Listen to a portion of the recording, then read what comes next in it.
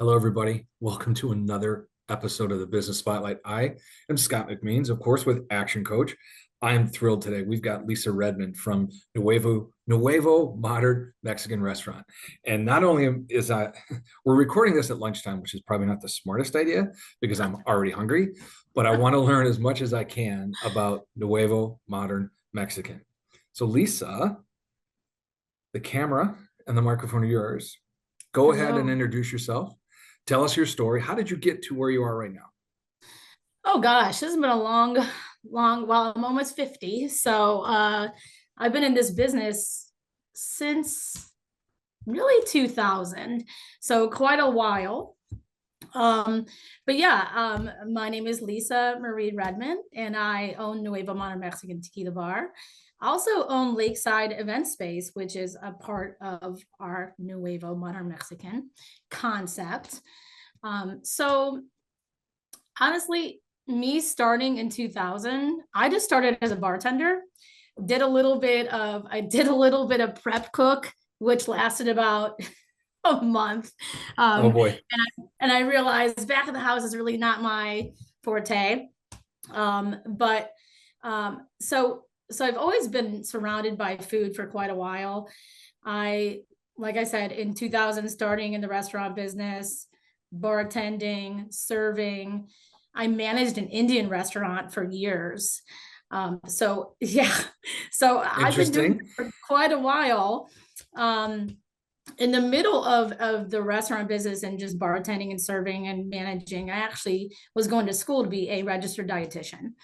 So I actually went to school. I got a bachelor's at Akron U, and then I got a master's at Kent State. So I Wow. actually, yeah, so I actually have been really truly surrounded by food, I swear, just for over 20 years now. So I kind of needed that flexible bartending, serving kind of position in order to be able to make some money, but also be able to actually, become a registered dietitian, which is a long haul. It's Oh, Yeah, it's 4 years of a bachelor's, 2 years of a master's, and then another 1,100 hours in internship. So it's long, but it was great. So that's what I I love it. did for the start of all of that. Yeah. So um, what ended up happening is in the middle of all this, restaurant, bartending, serving, dietitianing, all those things, I met Zachary Hurt, who was a chef at my very first restaurant that I worked at. And then we got into a relationship, got married, did the whole thing, and he was a chef. And so he moved a couple times over, the years that we were together. And then him and I were like, I think we should probably try to do this on our own. Oh wow. Let's try to create um, a new concept for Akron, Ohio. Yeah. So we did some research and realized that there was no modern Mexican in Akron, Ohio. And so there was obviously delicious modern Mexican restaurants in Cleveland, and that I still love so much. Yeah. Uh, that were kind of our inspiration. So we opened, we did our whole thing. It took 3 years of business plan, finding financing, and really like diving into like Mexico. Like, what Okay. does it mean? What does it mean for this cuisine? What does it mean for the drinks, the drink part of it? What makes sense for the community that was there in Akron? So we had a lot of fun um, doing that. He was cooking food, I was doing drinks. We started bringing some staff on, and we actually started building our team, which was really really cool. So that one of those team members who ended up being our operations manager is now my husband. So we've had a lot, Wow. yeah, so we've had a lot of of connections for quite a long time in building Nuevo and Love making it. it the best you can be. So I love it. There's a lot to unpack with what you just said. And yes, I want to make sure that the audience gets a chance to understand, at least from your perspective, yes. the questions I'm going to ask, because I pulled something out of here. You said you started as a bartender, a prep cook, and then you realized the back of the house is not your forte. So then you decided to become a dietitian. Now that you're a dietitian and a restaurateur, how often do you merge those two careers into presenting something to your clientele?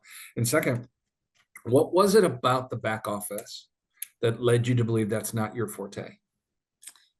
Well, the back of the house, Back of the house, sorry. being a Yeah. chef, yeah, being a chef is very difficult. And to be honest, I had a wonderful like family that when I grew up, I did not I did not learn how to cook. My mother and father, like they were just like the best, they like took care of us. I didn't really have a lot of chores. I didn't really have, oh, you got to learn how to cook. I didn't do any of that stuff.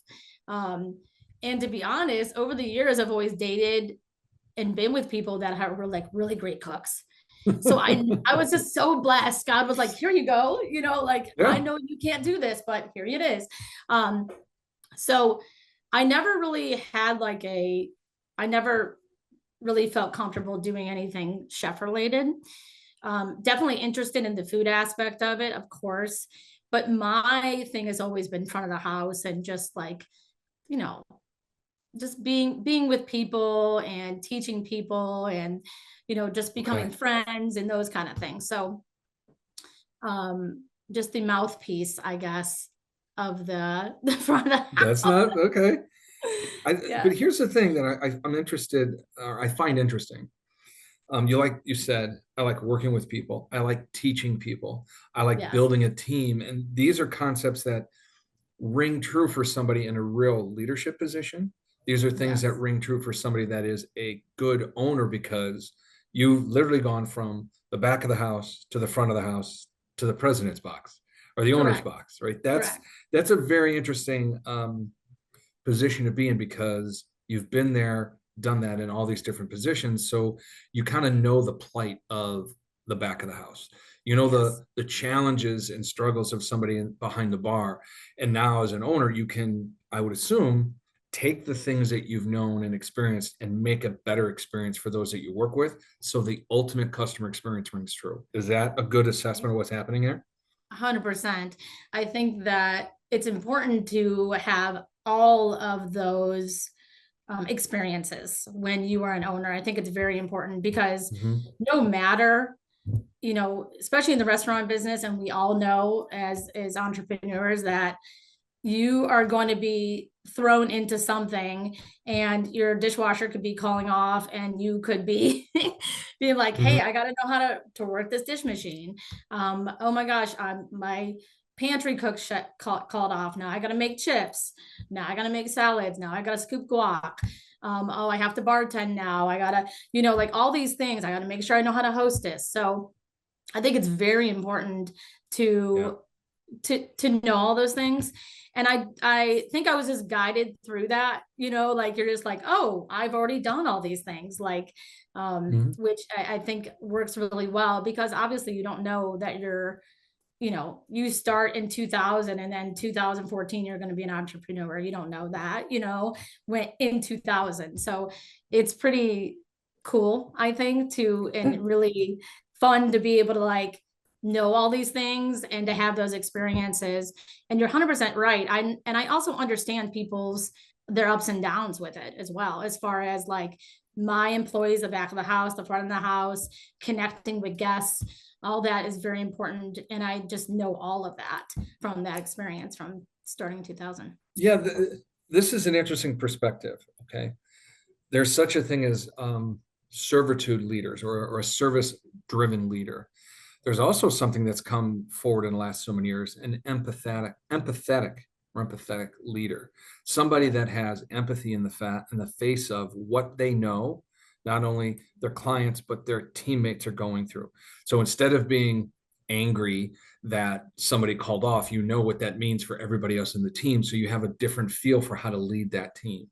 And I think most business owners struggle with being a true leader because they haven't gone through what it takes to be every department of their business, right? Yes. So there's a great book called The E-Myth, and it's basically telling you if you're a really good technician, you have to change your mindset to be a really good leader or a really good business owner. And what they're trying to get you to understand is just because you're really good at being a chef doesn't mean you know how to run the books. Doesn't mean you know how to run a cash register. It doesn't even know how to be a really good customer service or a wait staff individual. So Right. it's leveraging your skill set, Lisa. And I love your skill set because you have so many different things that's Thank in you. your background. But what's neat about you is not only do you leverage your skill set, but you specifically said straight up, and you found this in family members and partners. I am not a good cook, so I'm going to find somebody who is, right? Yes. Yes. But take that mentality and say, I'm not a good accountant. I'm going to Yeah. find somebody who is. Because Yes. accounting is a very needed part of your business, but it's not the part of your business that drives it to move forward just yet. So you need to Right. find those pieces that fit and make a really pretty puzzle. So I commend you for going through 14 years of learning and educating yourself, and then being able to teach that to Thank your you. team. I think is really important. Before Yeah. we go any further, I want to give you a chance to tell me what is so special about Nuevo Modern Mexican. What's so great about it? You insinuated a couple things about the food and the cocktails, but what Yes. makes it such a neat or a unique individual experience? Well, I think Nuevo, because, well, it's been a 10-year, we've been in business for 10 years, Mm-hmm. which I think is wonderful, going through COVID and going through ups and downs. And it's the restaurant business. So, it's kind of, already has those ups and downs as it is, right? I still think we have the same inviting feeling as we've always had since day one. And our whole vision for day one is what we're doing now, which is like, bring your employees in, make them feel like family, train them that way, then your guests will also feel that. Mm. So that is what I'm most proud of with Nuevo, is that I have a good amount of employees that have been with me for a very long time, and they understand this concept, and they're just kind of pushing through when we're training of like, this is where we came from. This is who we are. We want to educate tequila and modern Mexican, food. And we want to do all these things and make people so happy. But we want them to feel like if it's one guest walking in to the bar by themselves, we want Mm. them to feel just as inviting and happy as if you get a full buyout of a restaurant and you have 300 people there. So I think we're all just very like gracious and just Love that. giving, kind of, giving people. And definitely that starts at the top.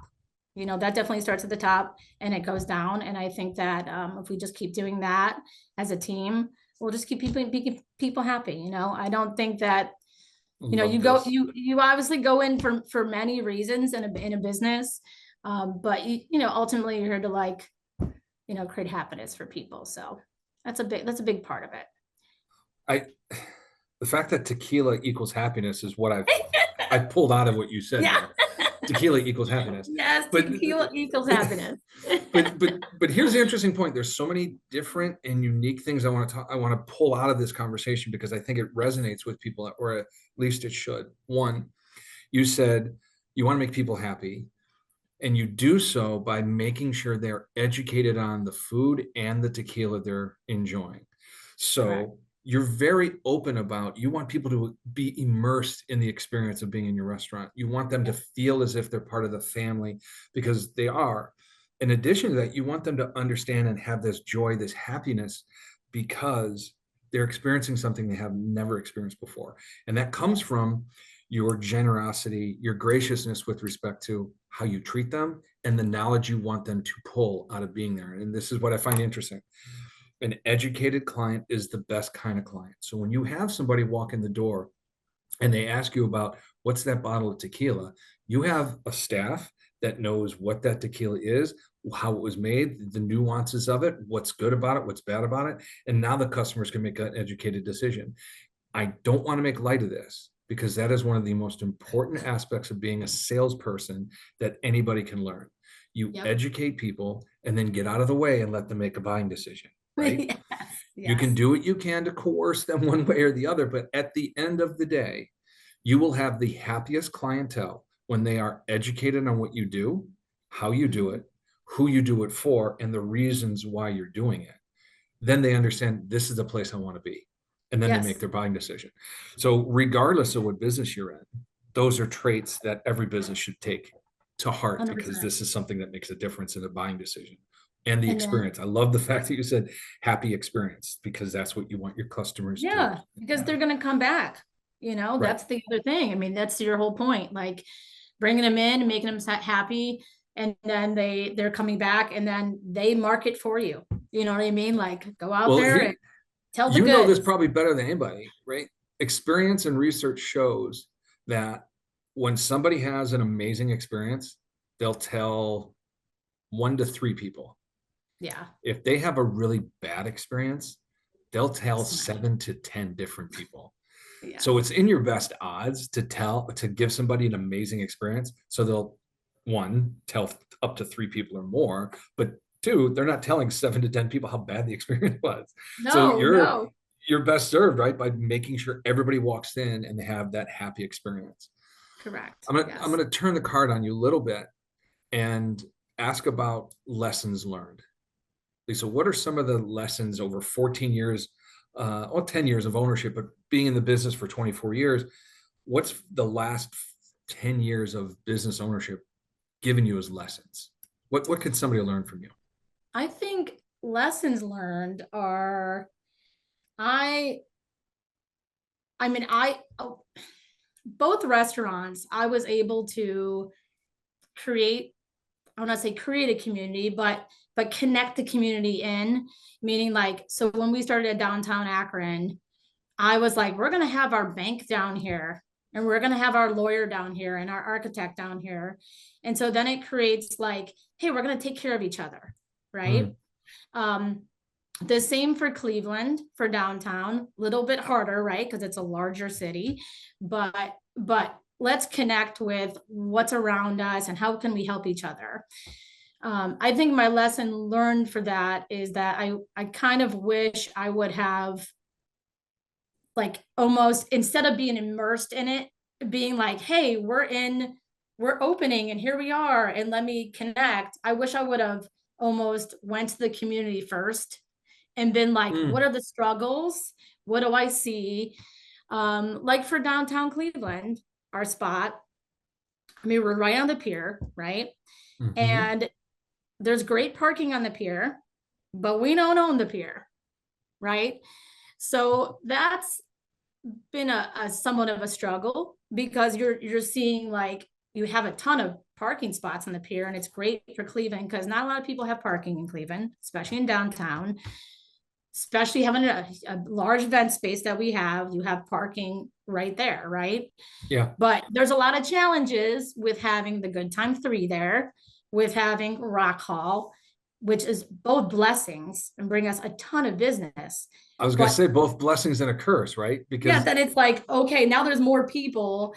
That's just a small thing, that I can think of, but it's just like I almost wish that I would have like connected before going mhm, into like opening, being like, hey, I connected enough with the community around me, but really what could be some yeah, of the struggles.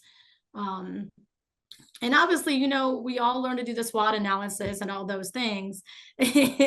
But when you're going into business, and we kind of went into Cleveland very fast because we started Nuevo Akron in 2014, and then 2016, we started Nuevo Cleveland.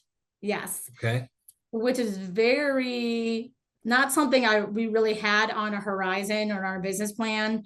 It just was something we were like guided to, and we thought it was just like a wonderful opportunity. And obviously it is a wonderful opportunity, but we had not very much time to kind of, Mhm. figure out some of those things like, hey, what's going to be challenges? You see a spot like ours and it's like, wow, this is going to be great. But I think knowing where you are and just trying to somehow figure out what would be a challenge and trying to figure that out from there. Interesting question though, Lisa, because I'm understanding what you're saying. 2014, you open Akron. 2 years or so later, you're opening up Cleveland, and you're saying Yes. it might have been too quick, right? Yeah. Yeah. Was it too quick because you were ill prepared for the challenges of two locations and the bigger staff, or was it too quick because you weren't allowed to pay attention to two locations, or is it a mixture of both? Well, what are the reasons why you would say those were challenges? Yeah. I think I think a little of both.